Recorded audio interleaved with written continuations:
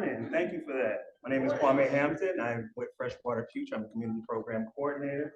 I am here to introduce Andy Kricun.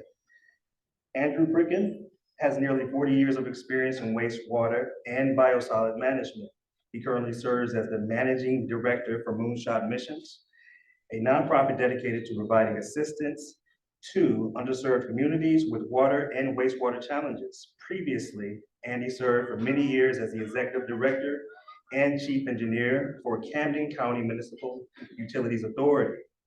He serves on the US EPA's National Environmental Justice Advisory Council and the New Jersey Environmental Justice Advisory Council. For several years, Andy was on the board for the National Association of Clean Water Agencies as well, serving as co-chair of both the Environmental Justice and Utilities for the Future community. Without further ado, let's introduce Andy.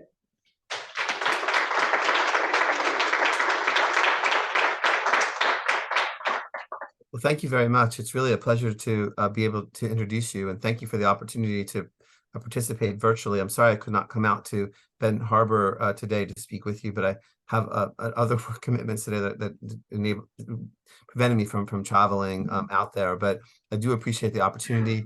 Many thanks to Monica Lewis-Patrick, who is like a hero of mine, to Jill Ryan at Freshwater Future, and to the entire team that has put this together. I do really appreciate the opportunity.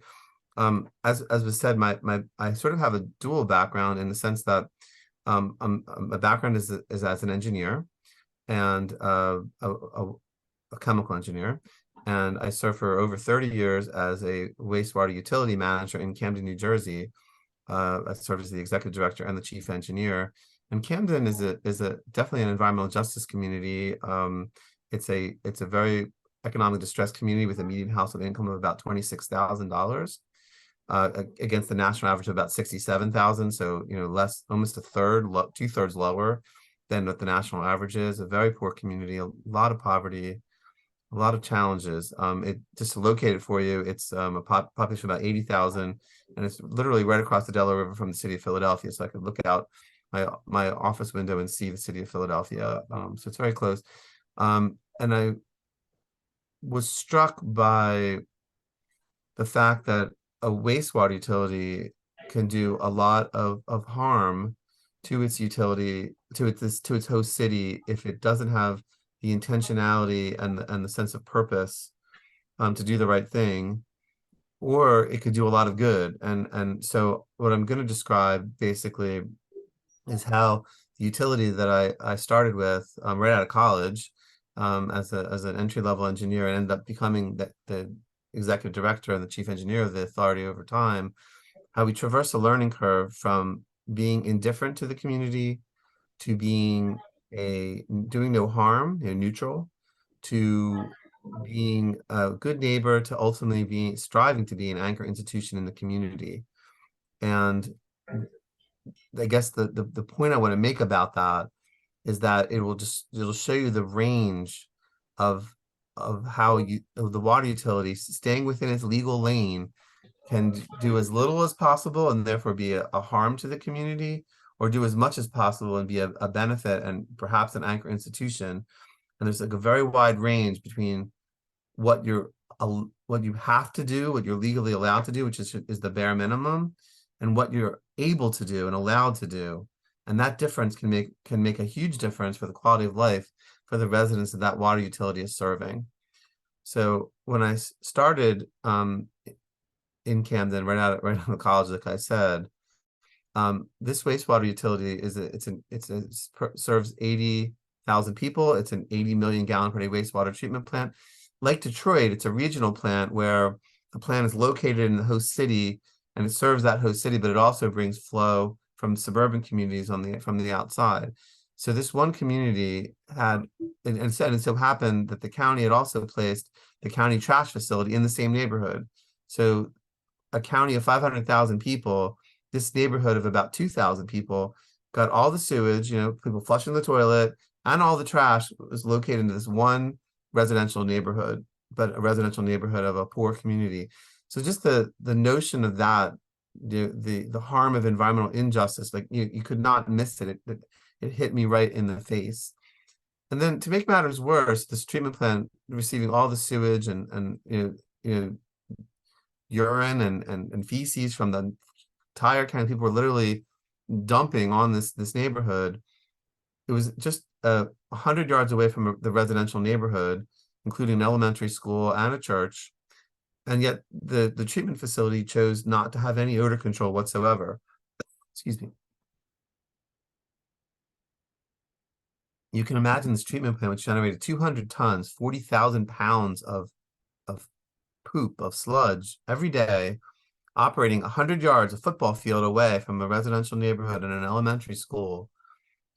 The odor was just intense. And I remember going there my first day to work thinking, oh, this is terrible to work here. And then my very first day, I was 22, I just said to myself, but at least I get to go home.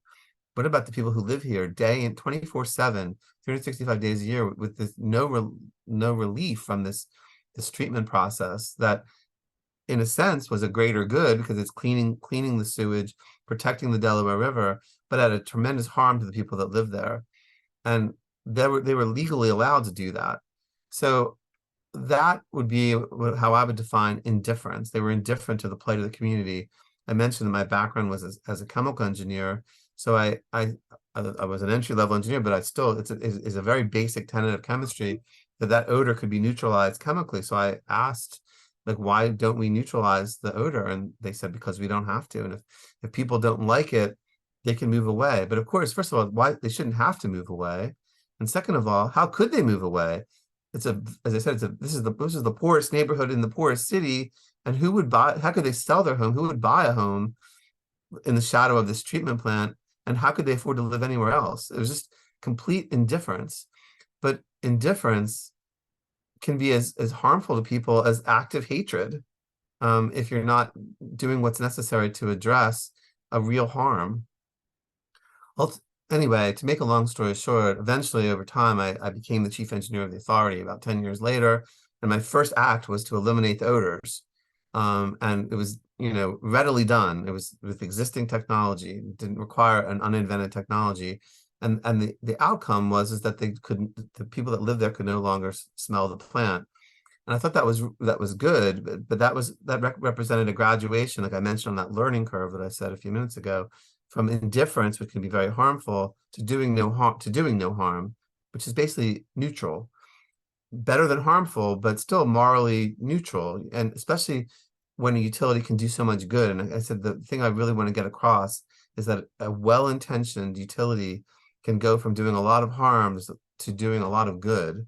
And there's a very big range, a very wide range in the lane that a utility can travel, and still between what it must do and what it's allowed to do. And so we strove to be a good neighbor, and we reached out to the community and tried to do what we could to not only not have an impact, but actually be a positive good. And ultimately, we strove to be an anchor institution in the community. And what I define that as a utility that is, or an institution, in this case, a utility that's committed to the quality of life for the people that they serve.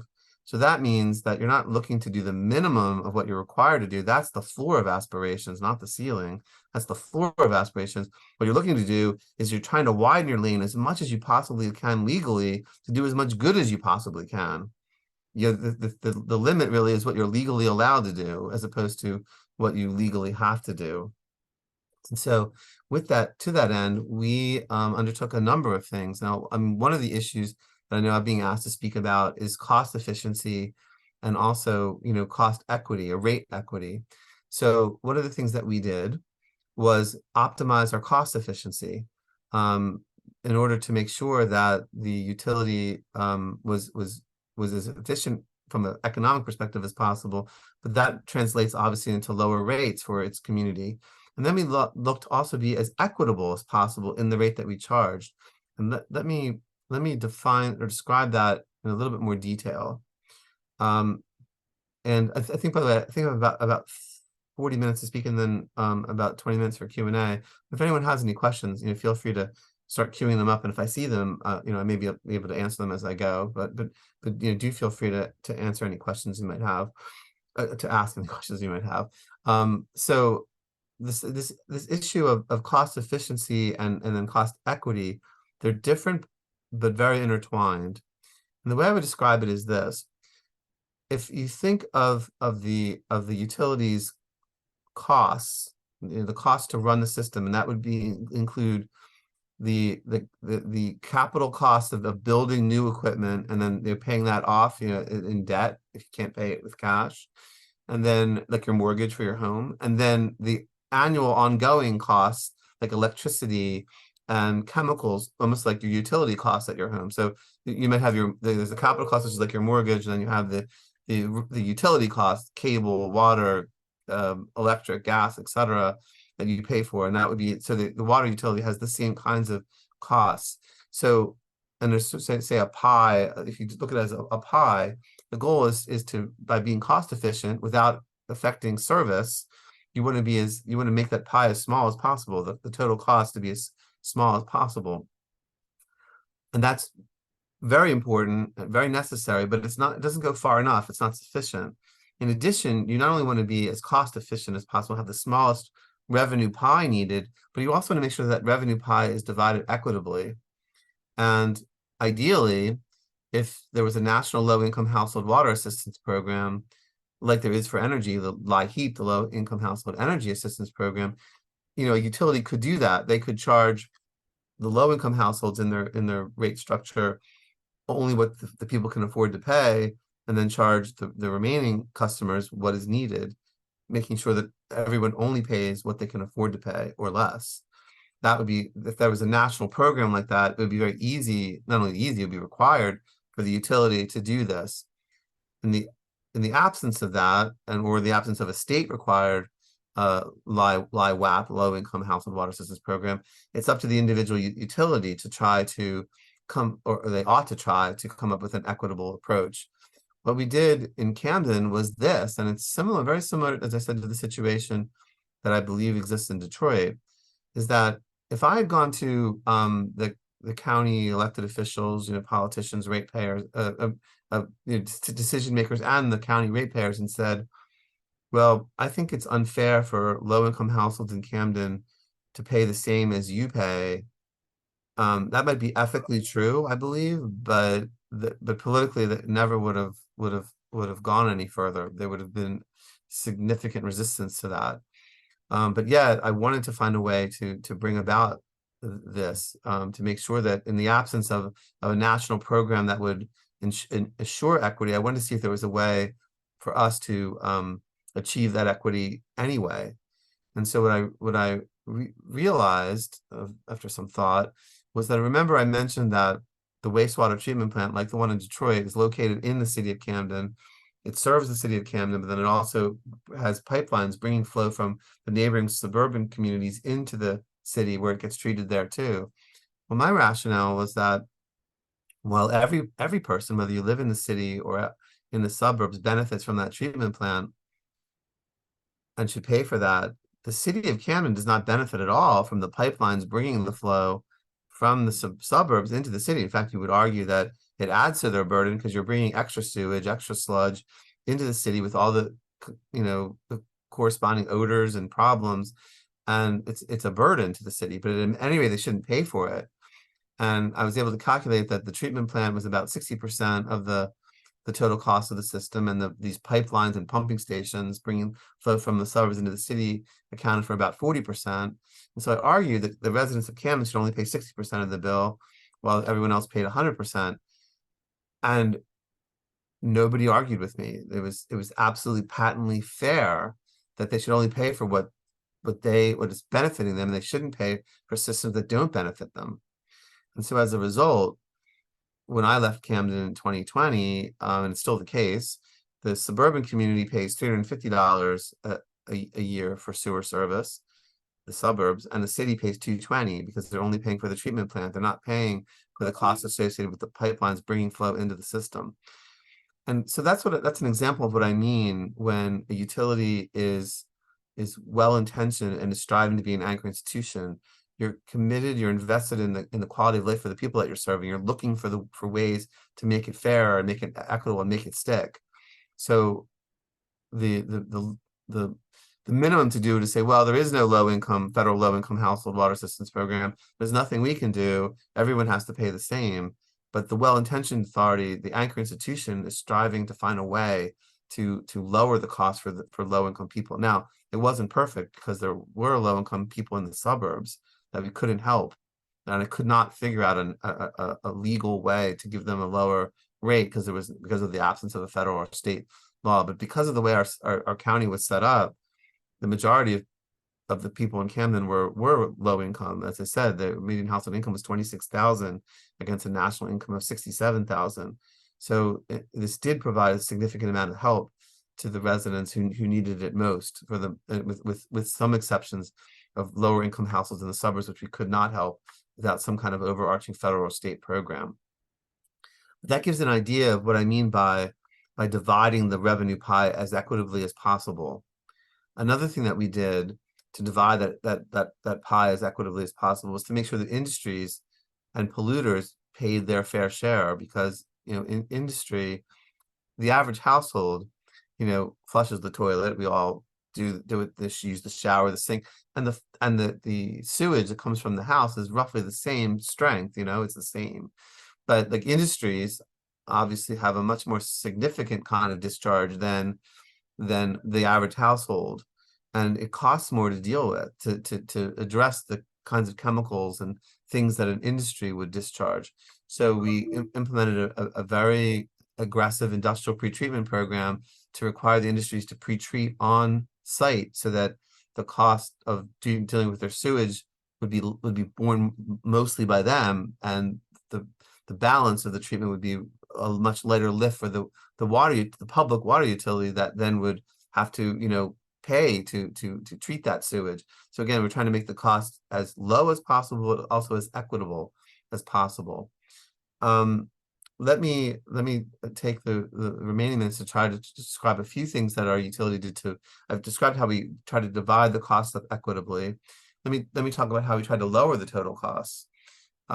Basically, one thing that we implemented, which was really super helpful, was there's an international standard for how water utilities, or really any kind of factory like a water utility, can operate in an optimal efficiency. It's the international standard 14,001 it's called. It's again an international standard that was developed in Geneva, Switzerland, for optimizing efficiency. And we adopted it. Our utility was one of only 35 across the country that did this. And it wasn't my idea. I borrowed it from the city of San Diego. So impressed with what I read about what they did, that we borrowed it. We copied their approach. And the first step is that your utility has to identify what is its mission. And that is so important. And again, it goes back to this idea of intentionality. So we defined that our mission was cost efficiency, yes, but also environmental performance. So we wanted to be an environmental champion, not just to meet the regulations, but to do better than the regulations. In other words, to see regulatory compliance as a floor, again, not as a ceiling. We of course we want to meet the regulations. How can we do better? How can we be an environmental champion? And then how can we be a community champion? How can we be an anchor institution invested in the quality of life for the people that we serve? So those were our three main goals that came out of this management system. And then we basically harnessed all the resources of the utility toward those three goals. Basically what they now would call a triple bottom line: optimizing community benefit, environmental benefit, and cost efficiency. And what we did then, in looking at that standpoint, from that standpoint, we looked at the entire operation of the system, and we were able to lower our electricity costs. And we did it again in an impactful way, not only to lower costs, but also to minimize vulnerability to severe storms. Like, I'm from New Jersey, as I mentioned. New Jersey had a very severe hurricane in 2012, so Hurricane Sandy. The majority of water treatment plants on the East Coast of New Jersey and in New York were out of service for weeks. Billions of gallons of raw sewage spilled into the Atlantic Ocean and its rivers, sewage backing up into people's homes. And my thought was that, and that did not happen in Camden, but not because of my advanced planning, but rather because the storm veered to the east. So Camden and Philadelphia, which are right next to each other, as I said, were spared the majority of the storm. We got a bad storm, but nothing like main hurricane that hit the East Coast. But if it had been 50 miles inland, we would have had the same outcome. So my view was it's essential to not only lower our electricity costs, but reduce our vulnerability to storms like that should they happen again, so that our neighbors aren't impacted by sewage backing up into people's homes, or sewage overflowing into the river. So by getting federal and state funding, we were able to get our plant off the grid. And when I left in 2020, our plant was getting all of its electricity from solar panels and from turning the solids, sludge, into electricity. So basically the plant runs on its own biosolids plus solar, no reliance on the electric grid. So if there's a power outage citywide across Camden, there is no, the plant continues to run. There's no impact for the treatment plant. So it's entirely, resilient against power outage, which is really critical as the climate worsens. But we did that in such a way that it not only lowered our costs, but also improved our resilience and reduced our vulnerability to power outages. As a result of all these cost efficiencies, that's just one example that we implemented. Our rate actually, from the time I took over as chief engineer and deputy director in 1996 to when I left in 2020 as the executive director and chief engineer, our rate was $352 in 1990. Sorry, it was $337 in 1996. It was $352 in 2020, so it only went up $15, 4%, in 24 years. If you add inflation, that's like a 40% reduction. Plus, we were able to cut the rate to $220 for Camden residents. So we were able to basically give all customers a 40% reduction when you count inflation, and a host community benefit for Camden residents through cost efficiencies. So basically, through an intentional approach, we were able to reduce the revenue pie as much as possible, optimize environmental performance and resiliency, and also divide it equitably as well. I'll talk a bit more about how the utility strove to be an anchor institution. Let me just give one more example, then I'll stop for questions, because that would be a good stopping point. The other example that I'll give, there's many projects like this over these years, but I mentioned that Camden is a very economic distressed community. It also, as an older city, has combined sewers in which the stormwater pipe and the sewage pipe are combined into one pipe. This was before the advent of the automobile. So in those days, they figured, well, why not just put one pipe, sewage and rainwater together? Most of the rainwater will sink into the ground. That was before, as I said, the advent of the automobile, where everything was paved over. So the sewer systems in places like Camden, Philadelphia, New York, Boston, Chicago are drastically undersized because the rain doesn't sink into the ground. You know, we have paved roads, paved sidewalks, garages, parking garages, driveways, etc. That impervious surface that prevents the rain from soaking into the ground and going into these undersized pipes. So what would happen in Camden was anytime it rained, you'd have sewage backing up into people's homes, sewage into the streets. I saw kids walking through puddles of sewage to get to their bus stops on a regular basis. And to me, this was like, after the odor issue that I described earlier, this was like another just like patent form of environmental injustice that just had to be addressed. And so we did address it through, separating the sewers, better increasing the size of the sewage treatment plant. But we also did it in a way, again, with this intentionality of being an anchor institution. Like, how can we do as much good as possible? One way to do that is, again, borrowing from another city, in this case, my neighboring city of Philadelphia, we depaved the city. We turned impervious surfaces into green spaces for the community. There was an abandoned factory that had radioactive soil that was running off into the river.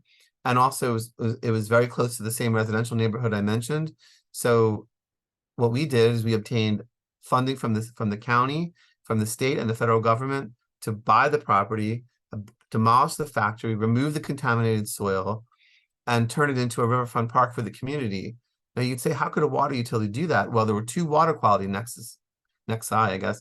One was that the radioactive soil would run off into the river, causing a water quality problem, which made us eligible for funding. And second, by depaving portion of the city, now the rain, instead of hitting the factory, and the abandoned factory and just lying there and then going into the combined sewer, it could soak into the ground and replenish the groundwater aquifer, reducing the flooding potential. So we qualified for funding. We were able to get complete funding to turn a brownfield site on the Delaware River into a riverfront park on the Delaware River, and all without raising rates because we got funding to do it. And that is because, again, we had the intentionality of wanting to be an anchor institution. So I'll stop there. And I guess just to summarize, and I hope this was somewhat helpful, if there's one takeaway I want you to have is that if a water utility is indifferent, even without being actively prejudiced or hating or unkind, you can do a lot of harm through indifference if you're seeking to only do the minimum. But if you, on the other side of the coin, if you have an intentionality to do as much as you can for your community, to be an anchor institution, there's so much good that you can do for the community, all within the same lane, legal lane. And so it's really important that each person here understand that the water utility can and should be an anchor institution in the community, and it can make a big difference for that community, both in the quality of life, but also for the rates. And the second takeaway is that rates can be minimized through intentionality and can be divided in an equitable way as well. I hope this is helpful, and I'm open for questions.